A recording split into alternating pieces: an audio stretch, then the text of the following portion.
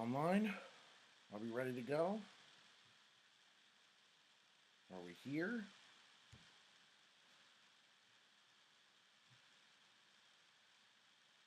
I think we're good.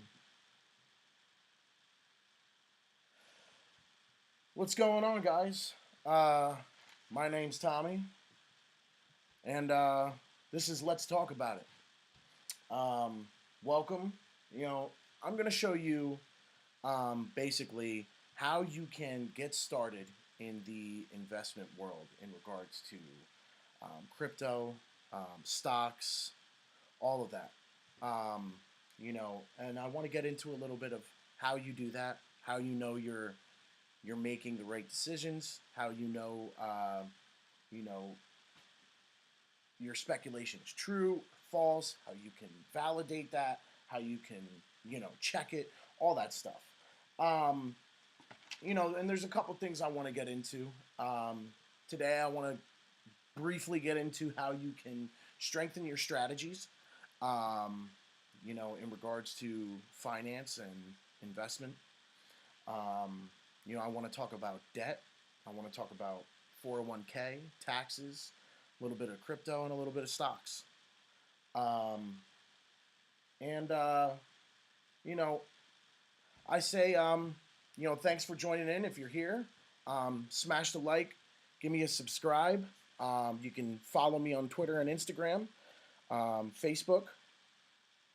All the links are posted on the About section of my YouTube channel. Um, but let's get into it.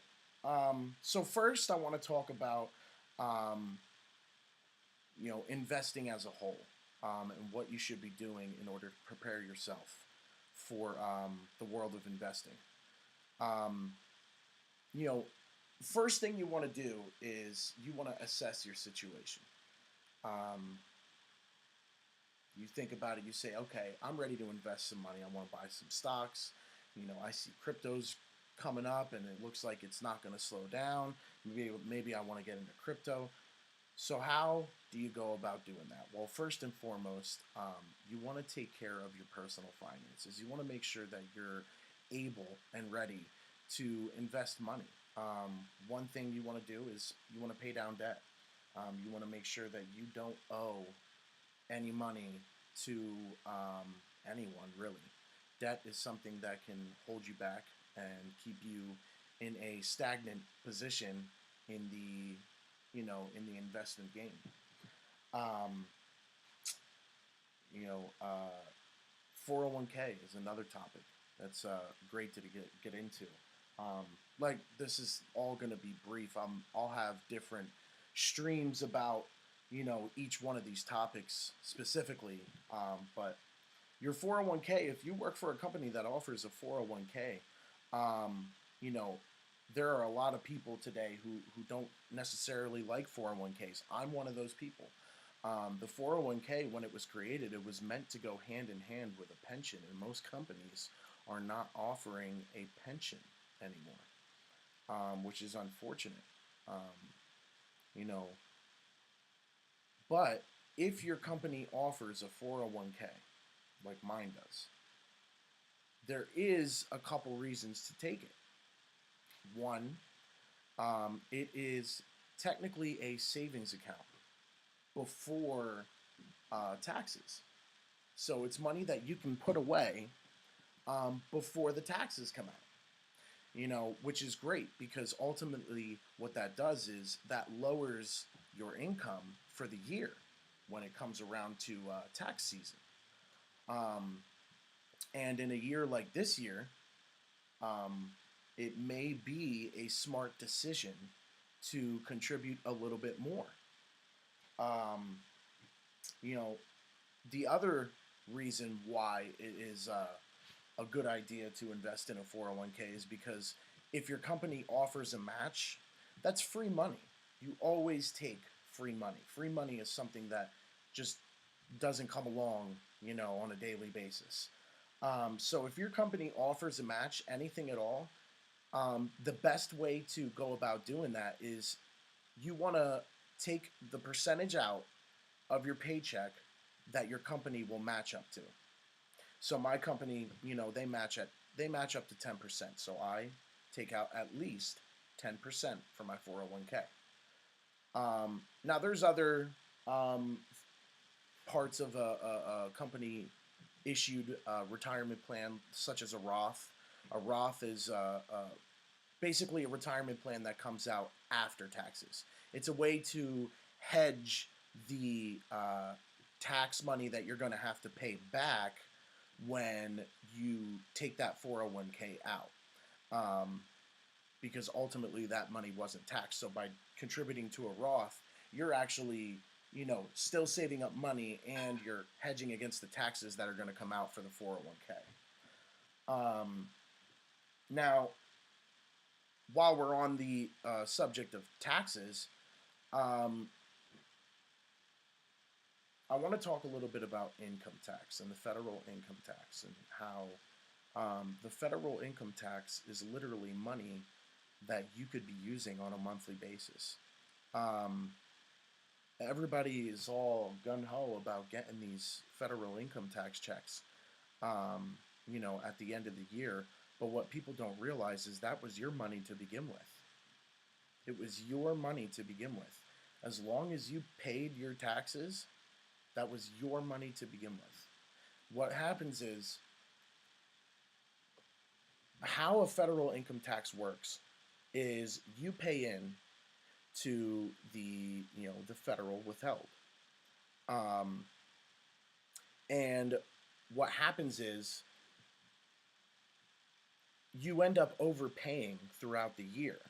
And that money essentially gets, held by the Fed. And then when they assess what you paid in and how much you were supposed to pay, they essentially give you the money back. So essentially, that money was yours to begin with. Now, people act as it's like a savings account that I get at the end of the year. Great, if that's how you want to look at it, that's okay. But ultimately, you could be adding an average. Now, this is an average of $200 to $250 every month, by only paying the minimum for federal taxes every paycheck. If you literally pay just what you need to out of every paycheck, you get, on average, 2 to 250 every month added to your paychecks, which is obviously, I think everybody could use an extra 200 to 250. You could do something with that money besides putting it away and it's not doing anything. You're just going to get the same amount back. What you could do with that 200 and 250, if you want the savings account, put it into investments. Make your money work for you. And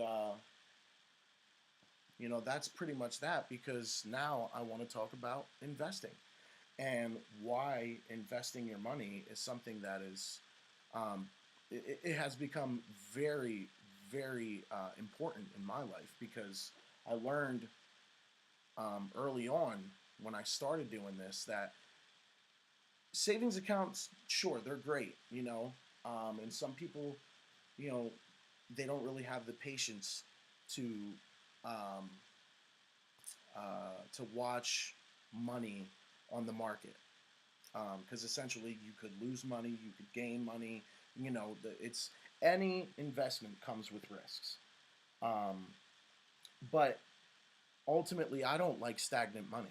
I don't like money that's not doing anything when I could be benefiting from a profitable company, or a digital asset, or you know something that's going to benefit me in the long run. Stagnant money is just that. That's it. You put in 200, and guess what? You get out 200. Plus, most people are still using brick and mortar banking, which offers some of the lowest saving interest rates I've ever even heard of. 0.03% is the national average. I mean, let's just say you saved $1,000, right? You saved $1,000, and your bank offers 0.03 of interest per year. So, I mean, do the math. You just gained 30 cents. 30 cents. That's how much you gained. I mean, I can gain 30 cents interest in a day, in an hour, investing my money. This is why I feel like it's so important to look into new ways of making your money work for you. I mean, even digital banking offers more more to the consumer than what brick and mortar is, and brick and mortar is hurting from it. Companies like Chime and Cash App and uh, Dave and stuff like that, stuff that they don't have an actual bank. It's just a platform that allows you to receive checks, send money, save. They offer 5, 6%. That's well over the national average of 0.03%. Um, but so essentially, I like to invest my money. Um, I like to be on top of my money. I don't want the Fed to hold my money and then I get a big check at the end of the year. I would rather much invest my money now and watch it grow over the year.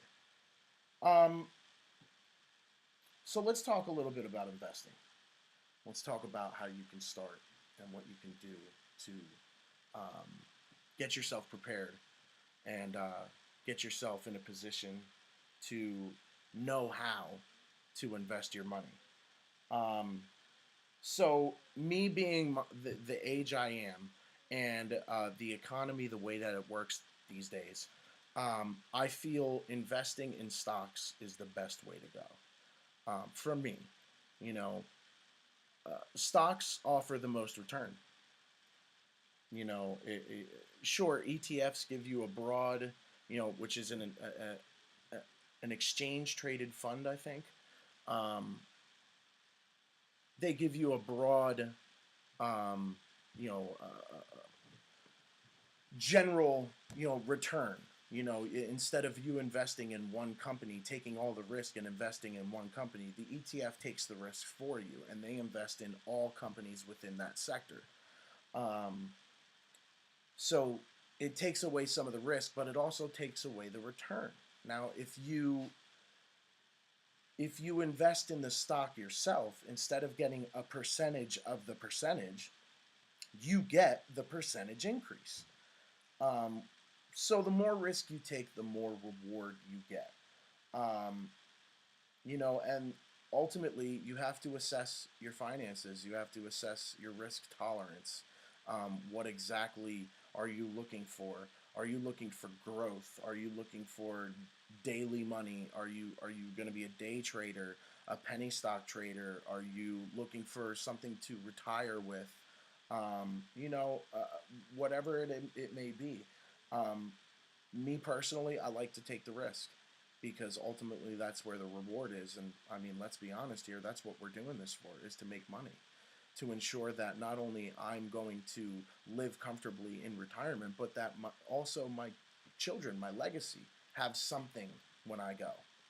Um, so you need to decide where you stand. You need to decide, you know, what you're going to be investing in, and ultimately from there, you can decide how you're going to research, you know, uh, the stocks you're going to invest in. I was told that you want to invest in something um, that you care about, that you want to see the world move to, you know. Um, Also, you want to invest in things that you use on a daily basis. You know, you let's say you're a contractor and you go to Home Depot on a daily basis. Um, well, wouldn't you want to invest in Home Depot? You spend your money there. Wouldn't you want to reap some of the benefits of their share price going up? You know, Me personally, I like clean energy. So I like to invest in clean energy. It's going to be a rough transition. And I believe that it's not going to happen right away, but I do trust the process, and I do believe that clean energy is something that we are swiftly moving towards. I don't think it's as far off as what everybody thinks. Um, I think clean energy is right around the corner, and it's been due for quite some time. So you want to invest in what you like, um, and then obviously you want to make money. So you have to do the research. But I can't stress this enough. You're going to be reading a lot. This is my second job. This isn't something that I do for fun. This is something that I do because I can't physically work 16 hours a day. So instead, I work for 8 to 10, sometimes 12 hours a day.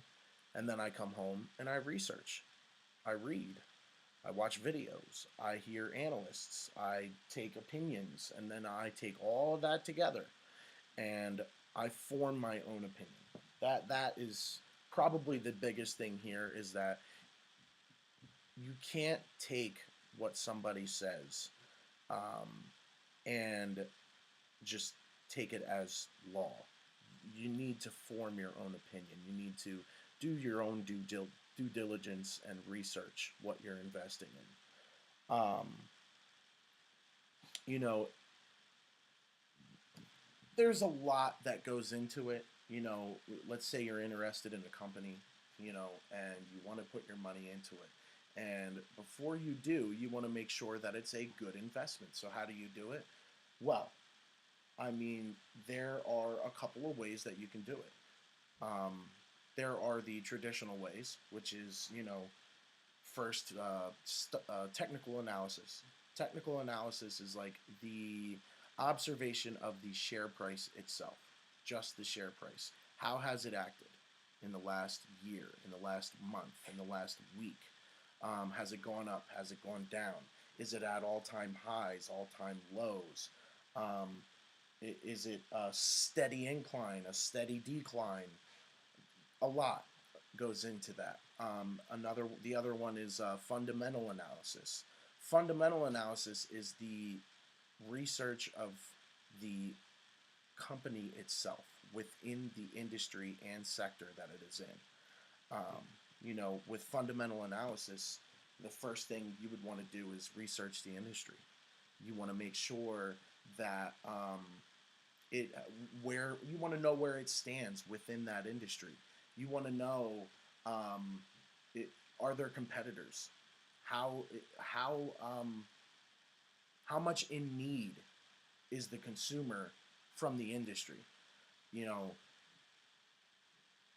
where what do they offer? What do they offer? Is there are they the biggest in the industry? Are there other players in the industry? Then you want to research the company itself. You want to know what they provide. What makes this company stand out from its competitors? You want to hear what the insiders are saying, people that work for the company. You want to know what they're saying. And ultimately, if you go on their website, every company offers an investment or an investors page, people who invest in the company, and most of them give you a analysis of what insiders are saying. But ultimately, most companies aren't going to put negative press on their own page about their own company.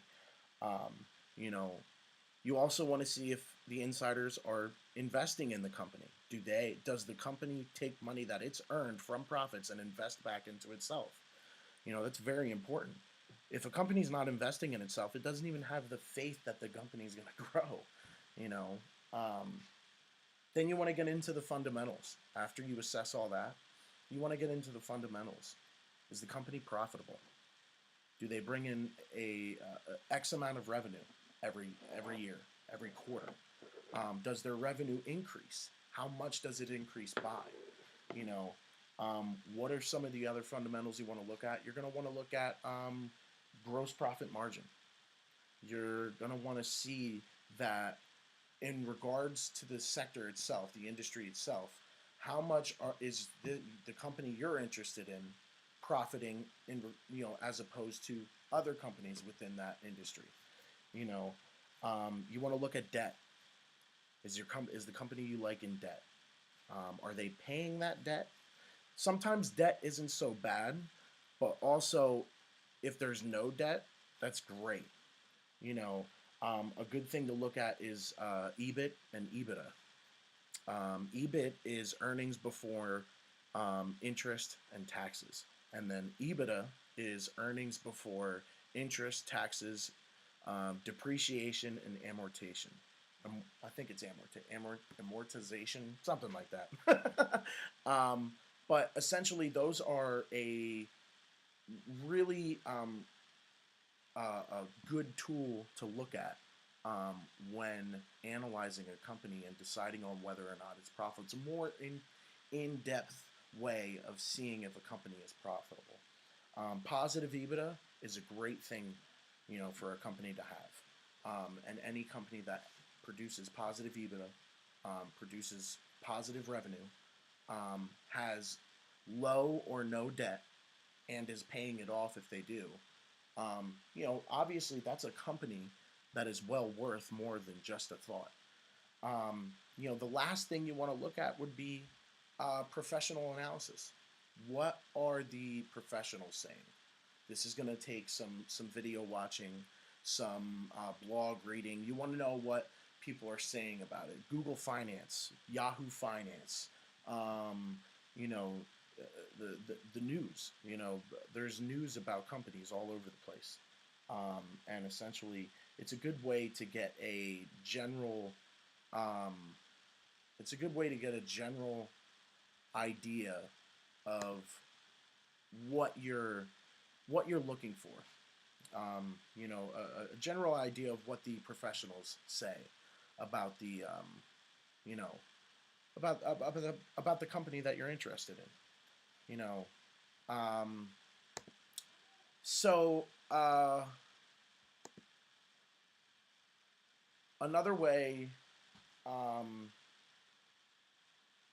another way you can invest your money is fairly new. It's not as old as your typical stock market, but it is very exciting.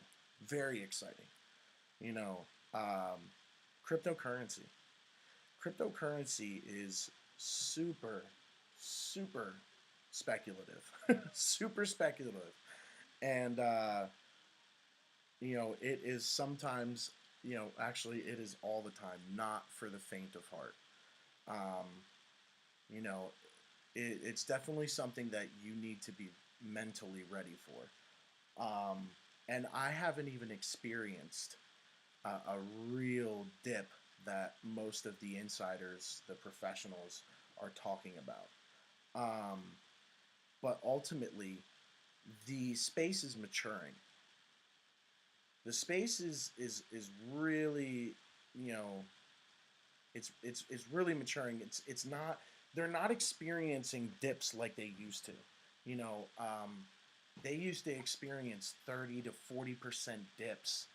You know, during a bull cycle, um, and now those dips are, right around 15 to 20. So they cut those dips in half, which tells me a lot about the space. It tells me that there's seasoned investors within the space. It tells me that institutions are also investing in the space. And a lot of these people have what they call diamond hands. And if you aren't a a follower of any Reddit pages or haven't been in the investing world for a while, diamond hands are hands that can't be cut. So when you experience a dip and you sell your share or your asset during the dip because you don't want to lose any money, somebody else comes in and buys your share or your asset at a lower price than what you sold for. So essentially, they cut your hand. Um, well, diamond hands can't be cut. Um, it takes diamond hands to invest in the crypto world. Um,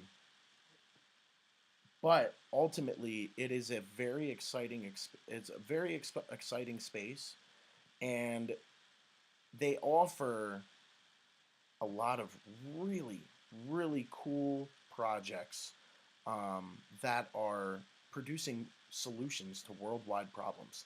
And ultimately, that's the big thing here in investing is what does your company provide? Do they provide a solution, a worldwide solution to a worldwide problem? That's where blockchain comes in. You know, everybody's heard about the whole Wall Street bets and GameStop and AMC and all that stuff. Everybody's heard about it. And whatever everybody also heard is that there was blatant, blatant market manipulation. You know, um, and this isn't new. This is something that's been going on for decades, decades. You know, um, the share price of GameStop was dipping, and it was not stopping. Essentially, they were going out of business, and rightfully so. I mean, as I was talking about brick and mortar banks, brick and mortar stores, retail stores are hurting right now, and COVID made it even worse. With companies like Amazon and GameFly and DoorDash and stuff like that, you don't really need brick and mortar anymore because a lot of people, I mean, it's convenient to literally just place an order online and then it shows up at your door without you having to do anything. I mean, that's convenient. Why would I go out? And that's part of the times. You have to evolve with the times. GameStop wasn't doing that. They just weren't doing that, and they were going to go out of business. And don't get me wrong, I love GameStop. I love GameStop. I love video games. I stand with Wall Street Bets on this one because ultimately, they um, they fought for the small guy, the retail investor. Um, so a couple of those guys decided to buy some shares of GameStop, and then they told the Reddit page, and it started to gain steam, and before you knew it, GameStop price was up to $60 a share. $60. They were already on their way, and then a week later, the share price skyrocketed to almost $400 a share. $400 a share. And when it was at 60, I was telling my friends, I was like, man, I don't know what it is, because I hadn't even heard of the Reddit thing yet. I didn't know what was going on. I was telling people at 60, don't even worry about it. They're going out of business. I thought it was going to be a simple pump and dump. Pump and dump is when people buy into the stock, raise the price, then masses come in wondering why the price is rising, and they buy it too, out of FOMO, which is feeling of missing out, and then the share price just skyrockets, and then when it does, the guys who originally did it, they dump what they bought just to make a profit. It's called pump and dump. But that wasn't this. This was something different. I read into it and I found out that there was a billionaire hedge fund that was shorting GameStop. A short sell is when you buy shares of a company with the expectation of the price to go down, and it's like leverage trading. So the more the price goes down, the more money you make. Well, when these Wall Street Bets guys, started buying shares of GameStop, the billionaire hedge fund started losing money.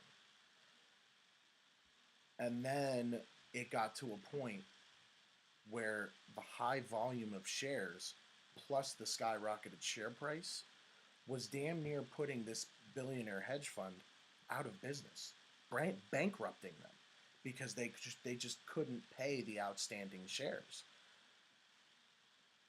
And that's when things started to happen that were blatant market manipulation. Um, Robinhood, Public. Um, I think they said TD Ameritrade, Fidelity. I, most brokerages started halting trading on GameStop, AMC, Express, BlackBerry. Um, uh, what was the other one? Um, no, Nokia. They started halting trading on all this, and they got in trouble for this. And their excuse was that the platform that they provide, Robinhood was an innovator. Robinhood provided a brokerage platform online where there was no commission fees. So every time you bought a share, there's no commission. It's free to trade. And how they get paid to do that is it's called payment for order flow. So what happens is um, they contact a third party, and that third party buys and sells the shares for you. And they pay Robinhood to get sales. You know, um, it's a very vague,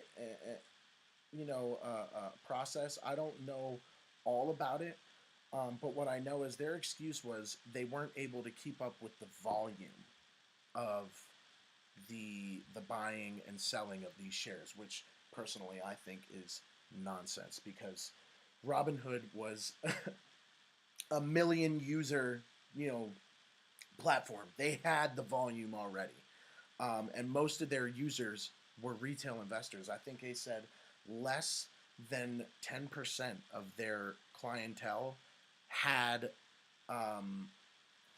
less than 10% of their clientele had $20,000 or more in their account. That tells me that more than 90% of their clientele is retail investors, has less than 20,000 in their account. Um, so I think their excuse was nonsense. It was complete market manipulation, and if you look into it, the hedge fund that was shorting GameStop was called Melvin Hedge Fund. Melvin has a mother company called Capital LLC. Well, Capital LLC just so happens to also be the mother company of Robinhood. Put two and two together. You know, what's crazy is that these billionaire hedge funds went on the news talking about how the government needs to bail them out. Well, you know what? When the retail investor took the biggest hit in 2008, the financial crisis, the GFC is what they call it, the Great Financial Crisis. Um, when that happened, where was the government for the retail investor?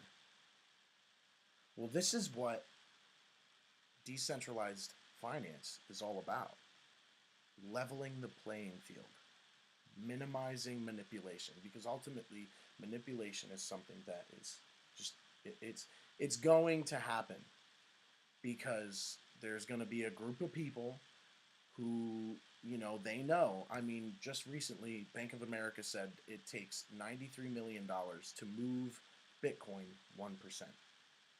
So there's always going to be manipulation, but it takes away some of the power from the people up top and gives it back to the retail investors, people like you and me. And in 2009, the idea of Bitcoin was created, and I believe it launched in 2010. And Bitcoin is it's an innovator. It's an innovator. It was based on the blockchain network. Blockchain it's a system of recording info, and it's done in a way that makes it difficult, or even like impossible sometimes to hack that, to cheat it.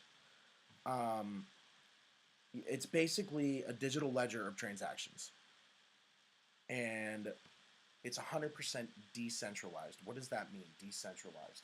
Well, instead of you having to ask permission from your bank to pay this person, or putting in a ACH payment, um, where your bank has to they have to, what's it called?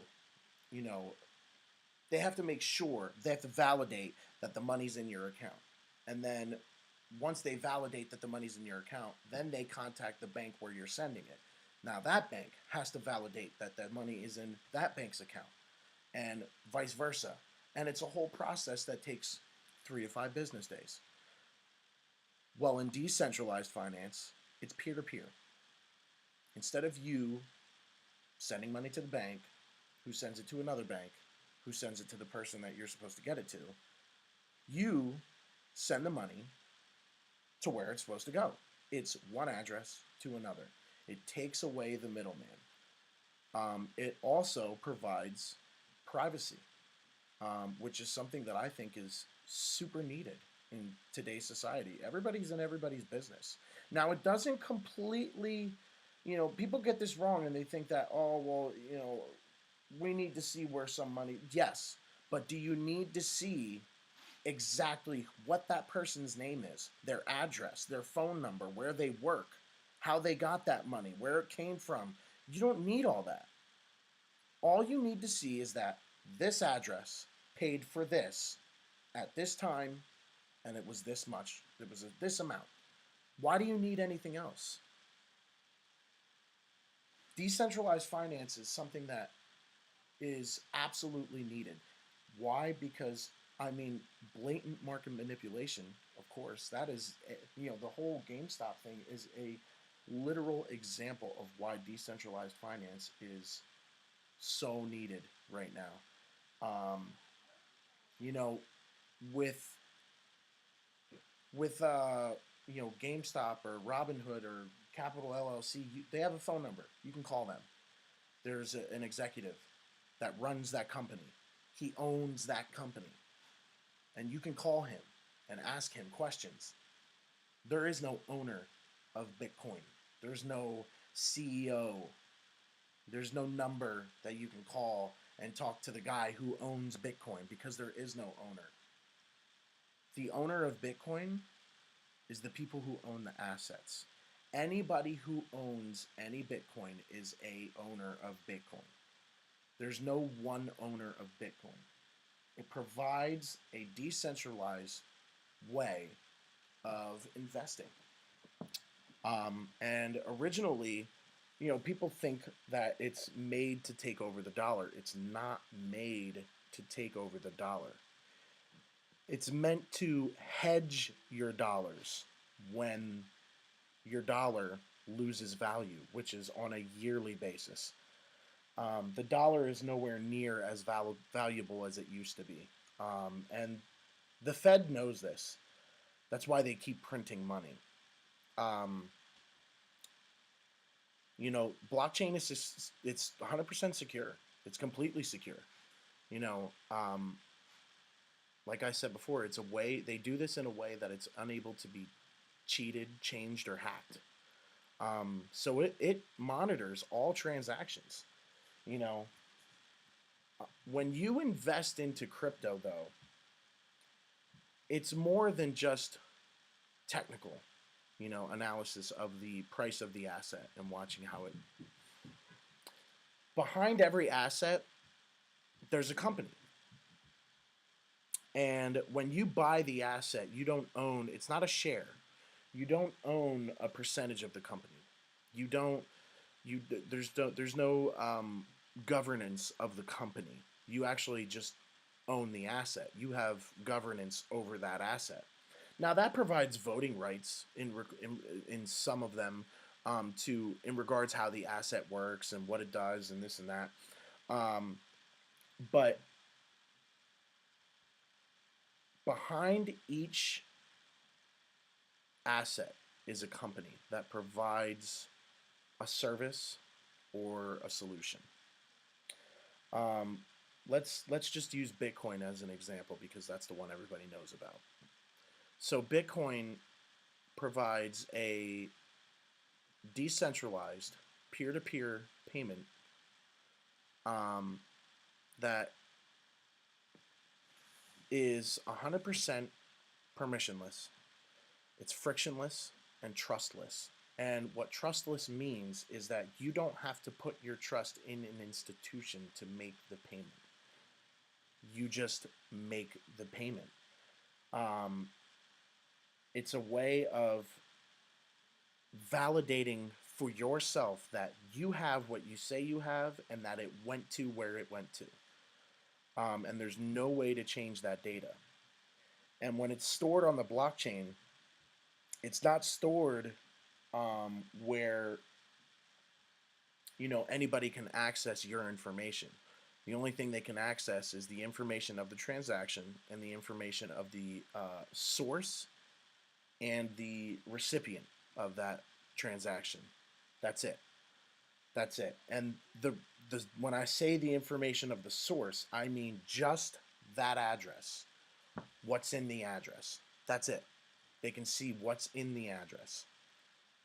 That doesn't include your name, your number, your address, what you did last week, how many times you walked your dog. It doesn't include any of that. You know, um, so Bitcoin provides a solution to a worldwide problem. Well, I'm sure you're saying, how is that a worldwide problem? Well, let's just look at the stimulus checks. So people who are getting the checks instead of direct deposit, they're having to wait weeks to get those checks. You know, whereas with something like Bitcoin and blockchain, they would have received their payments within 30 minutes. 30 minutes. You know, same thing with direct deposit. Most of those people had to wait a week or 3 to 5 business days. 30 minutes. The minute they sign it into, they just put it over the blockchain and boom, 30 minutes. Now I'm sure that's give or take because that's a large amount of people, a large amount of information, a large amount of data, that has to be transferred. But still, it would have been faster than current uses. Um, so that's just one, and there's more to Bitcoin, and they're evolving constantly. Um, they're evolving constantly. They're using new ways to um, to essentially provide solutions for people. So it's not something that's just the way it is. They're working towards making new solutions, new use cases for Bitcoin other than just store of value. Um, you know, so when you get into crypto investing, obviously you want to look into the company behind the asset. You want to look into it. What does the company provide? Do they provide a solution to a problem? How big is that problem? Is that a problem on your block? Is that a problem in your town only? Is that a statewide problem or is it a worldwide problem? Your initial investments should be made with companies that are solving worldwide problems because if you want worldwide gains, you need worldwide solutions. Um, you know, so first things first, where do you buy crypto? Crypto is offered on multiple exchanges. There's tons of exchanges that are still available to us in the U.S. Um, Coinbase, Binance.us, Voyager, Gemini are all great trading platforms. Some offer more than others. Coinbase, for a little while there, was very limited. Very limited. They don't really offer as much as like Coinbase or Voyager, or I'm sorry, Binance or Voyager. And none of the U.S. exchanges really offer half as much as what some of the European and Chinese exchanges, or I should say Asian exchanges offer. They offer almost every cryptocurrency, whereas the U.S. only offers a small amount. Um, Now, obviously, there's ways to get around that, and you know, I'm not going to disclose that information. But what I can say is there's ways around it. You know, um, but ultimately, you want to find out what you want to look for. Coinbase is great. It's great for beginners. Great for people who are just looking to get a little bit of information. On each asset, there's a asset page, and that page provides a website and a white paper. The white paper is basically how the asset works, what it's made for, this and that, blah, blah, blah. It gives you technical analysis, market cap, average volume, 52-week high, 24-hour high, all that stuff. And it gives you a trend line. And it's funny because over the past couple of months, crypto trend lines have really, really matured. Some of them are still volatile as hell. Some of them are like, oh my God, what the hell happened? But for the most part, crypto is maturing. It's a new market, and there's a lot of investors involved this time. You know, and it reacts just like a stock. It goes up, it goes down, it goes up, it goes down. But one thing that's consistent in this is that over longer periods of time, if you back that 1 hour trend line out to a 6 month trend line, or even a year or 5 years, you'll see that that trend line is consistently on an incline. It's constantly going up. Now, there's obviously corrections and market crashes and depressions and recessions. Those are things that happen. But ultimately, it always comes back. Um, you know, so what do you do after you buy cryptocurrency? Well, if you're investing just a couple $100s, nothing. You just invest your couple $100s and just let it sit there on the exchange. It's really all you really need to do. If it goes up, it goes up. If it goes down, it goes down. But just know that it's not going to stay stagnant. It's going to either go up or go down. It's just like a stock. Um, Now, if you're convinced and you do your research and you get into crypto, you learn that there's ways to store your crypto. Storing your crypto on an exchange is not the best idea because technically, if it's not your address, it's not your crypto. So by storing it on an exchange, that's actually the company's address, Coinbase's address, Binance's address. That's not your crypto. They're holding it for you. It's called a custodial storage. It's a custodial wallet, meaning they hold the power to give you your coin or not. Whereas you can put it into a wallet, like a hardware wallet, like a Ledger or a Trezor.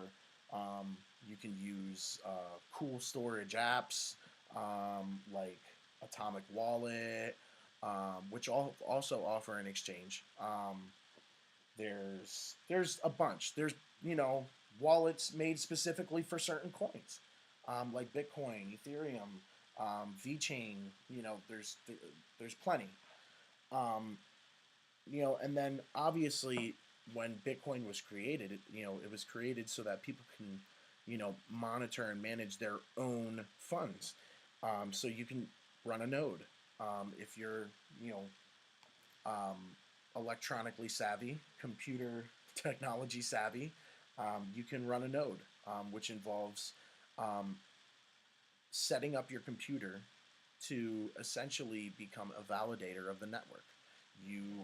Your computer basically validates transactions on the blockchain, and you can store your Bitcoin on the node. I believe that's how it works. Um, and the node, I think by running a node, you actually are entitled to some rewards because you're contributing to the network. Um, and then you can even go deeper than that, and there's mining, which is very, very time consuming, and it involves quite a bit of energy to make it happen. But not as much as what everybody's saying. And plus, like I said, Bitcoin's looking to evolve and make their solutions better. So they're looking into ways that they can mine for Bitcoin without using so much power consumption. Um, but to give you an idea, you use more power to string up and run your Christmas lights all throughout December than it does to mine a Bitcoin. So just to put it in perspective. Um, another thing you want to learn about is fees. The fees with blockchain they vary and they transition constantly. Um, the fees usually depend upon the exchange you're using, the volume of the asset being traded at that current time, or block, whatever you want to use. Um, and then also the fees of transacting dollar to crypto. Um, you want to minimize your fees. So I would not advise making $20 investments every week because you're going to waste money in fees. And it's ideal to do the research and find out what exactly you you want to do with crypto, because if you want to invest and you want to invest a lot, I would suggest that you would invest a lump sum rather than just a couple little bits over time. You're gonna be paying outrageous in fees. Um, so fee minimization is a great thing to understand. Um, Another thing you want to look out for in the crypto world is speculators, FUD, which is um, fear, uncertainty, and doubt, or FOMO, feeling of missing out. A lot of times, people will speculators will post videos about, oh my god, this crypto asset shot up this much and it's only looking to go more, and blah blah blah blah, and then you buy in because you don't want to miss out, and then the share price, or the asset price completely drops, plummets, and you lose money. Um, you have to, and then you pull out. And ultimately, and this goes for stocks too. When you invested in this, if you were just going to sell right when it lost money, what did you even invest for it anyway? You should have just put your money in a savings account. When you invest in a company or an asset, you invest because you believe in the company or the asset.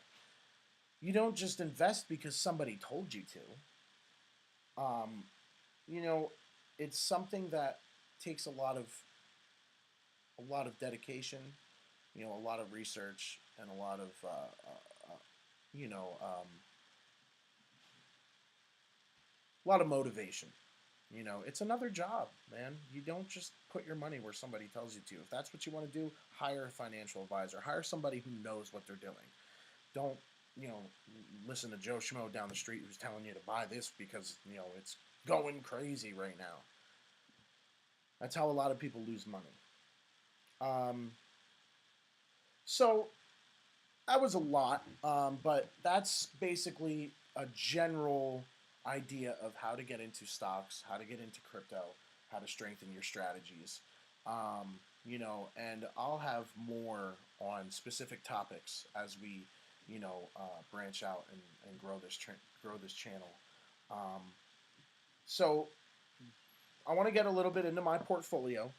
Um, in my stocks, I hold a lot of U.S. cannabis companies. I think that is going to be the future of you know of the stock exchanges. I think U.S. cannabis is really an undervalued and an overlooked industry. Um, you know, Looking into the technicals, you would say, "Oh my God, this guy's nuts." Looking into the fundamentals, you'd be like, "Wow, why did I not see this?" And the market for U.S. cannabis is better than any other market. The market in the U.S., I should say, for cannabis is bigger than any other country. So when you see, those Canadian companies on Robinhood and stuff like that, sure, they're definitely some good companies, but ultimately, those Canadian companies are chomping at the bit for when U.S. government changes legislation. And unfortunately, they're already behind because these U.S. cannabis companies, since that medical marijuana run, have been doing nothing but growing, expanding, and profiting. And they double almost every single year. Every year, they double in profit. Most of them, not all of them. But time is dwindling, and there's a current legislation that is going to the Senate, hopefully, called the Safe Banking Act, which provides institutions the basically the ability to invest in these cannabis companies. People need to understand, you know, U.S. cannabis is still illegal federally, so because of that legislation, they cannot be invested in by institutions. They can't receive federal grants or funding. They're not listed on the Nasdaq or the New York Stock Exchange. They're listed on what's called the OTCs. It's called over the counter. Um, you can access the OTCs at Thinkorswim, TD Ameritrade, Fidelity. There's other ones. I've just drawn a blank. So they can't be listed on the main exchanges, which means it gets overlooked by a lot of people who don't even know about OTCs. And then probably the biggest thing is that their revenue is taxed 50% due to a bill. 50%. So they operate in cash. Everything's in cash because this Safe Banking Act is going to provide them the ability to accept, digital payments, credit cards, stuff like that, ACH payments, as opposed to just cash. I mean, these companies are just have piles of cash sitting around, and 50% of that gets taxed by the government. 50%, and yet some of these companies are producing huge, huge revenue, still doubling, you know, po- well over positive EBITDA. I mean, it's amazing. It really is. And the market for this is just totally undervalued and overlooked. And then I have a couple speculative stocks that I like what the company is doing. But ultimately, my bread and butter is U.S. cannabis.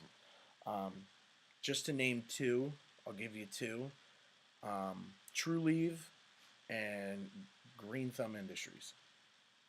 Great companies. Look into them. That's not a recommendation. That's just that's my opinion. That I've done my research and I like those two. Um, but I hold more than that.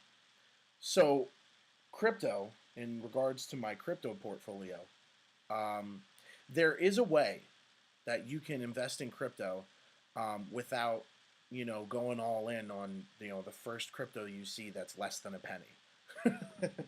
I swear a lot of these guys they invest in these assets that are you know 0.00001 cent, and they come up 100% over a day, and they're like, oh my god, they're flying. And well, that just means that they're 0.002. It's not like they you know profited heavily on it. um you know you have to look into it. But do your research. So ultimately, there's different tiers of crypto. You know, there's big cap, there's mid cap, and there's small cap. Just like a regular stock market. Um, you know, I broke it down into four tiers when it comes to my portfolio. Um, tier one, clearly Bitcoin and Ethereum. Those are the ones you want your money in. As far as like they're the ones that react to price change um, more like stocks than any other asset on the crypto market. Um, you know, and they are consistently one and two in regards to market cap and 24-hour volume. Um, they're must have. Uh, so that's tier one. Tier two, you know, personally, now this is my portfolio. This isn't recommendations. This is just an inside look at my portfolio. Tier two is like anything that's still within the top 20 in regards to market cap um, in the crypto rankings. You know, I personally like Polkadot. I like ADA, Cardano, Chainlink. Chainlink is a phenomenal company. Phenomenal company. Um, you know, they they provide the Oracle system. And if you know anything about computer technology, you know what the Oracle system is. Cloud computing and stuff like that. Um, so tier two is anything that's still within the top 20 with a big market cap that offers, again, you want to do the research, that offers a good solution for the world. Tier three is, it's my sure bets to make money that are still speculative. Speculative. They're not, you know, they're not going to shoot up to Bitcoin, but they're definitely companies that are going to be profitable. Um, and if the company's profitable, then the asset will be profitable. Um, you know, I like Theta. Theta Labs is something you need to look into. Um, the first decentralized video streaming. They're into the esports industry. Look into that. VeChain.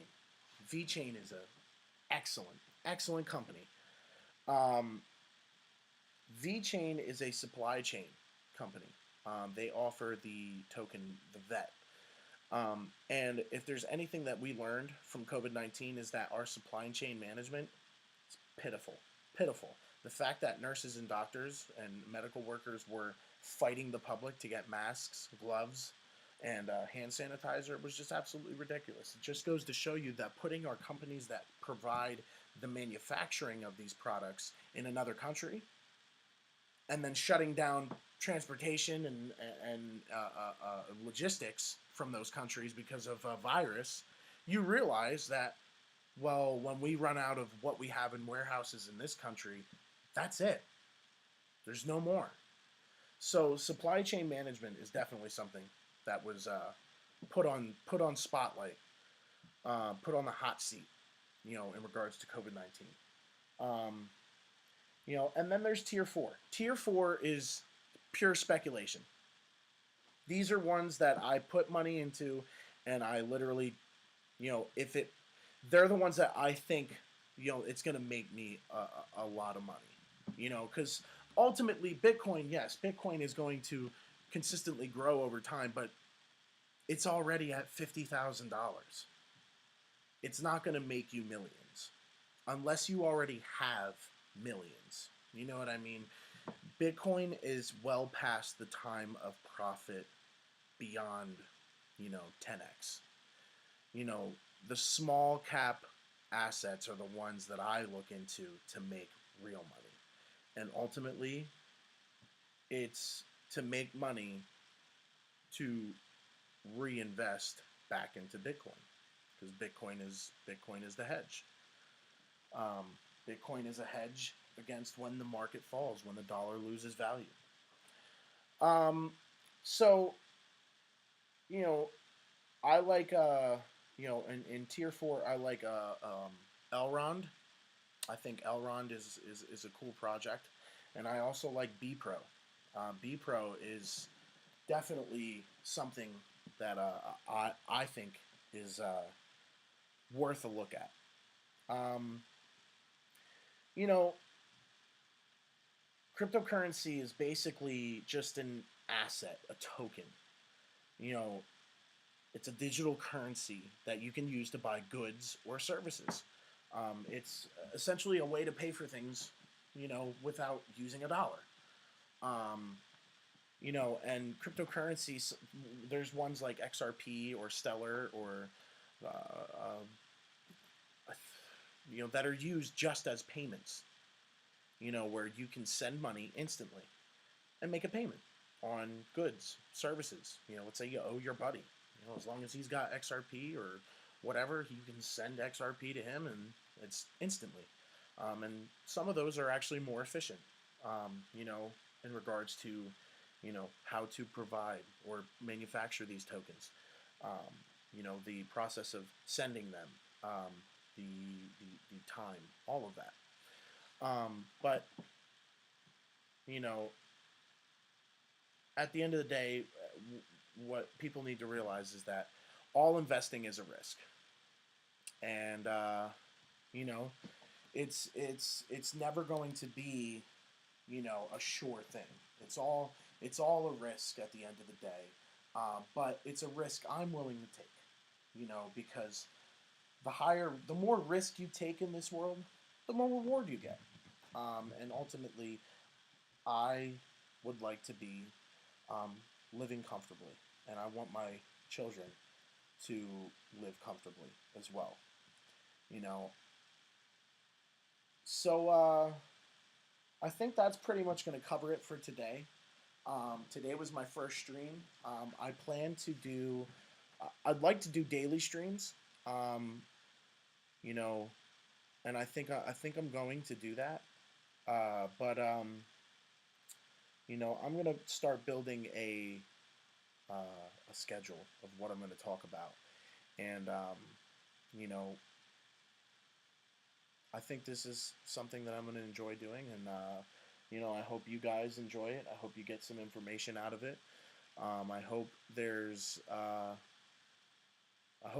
something that you can learn, and I hope I can spark some innovation or some motivation in some people to really want to, you know, invest in themselves and invest in their future, and make sure that you know they all too can find financial freedom. The road to financial freedom, is a rough one. It's a tough one, and it takes a lot of work. Um, Ask any billionaire, and they'll tell you, how did you become a billionaire? Well, late nights, early mornings, low sleep, low cost. I'm not gonna get rich buying a Gucci bag every month.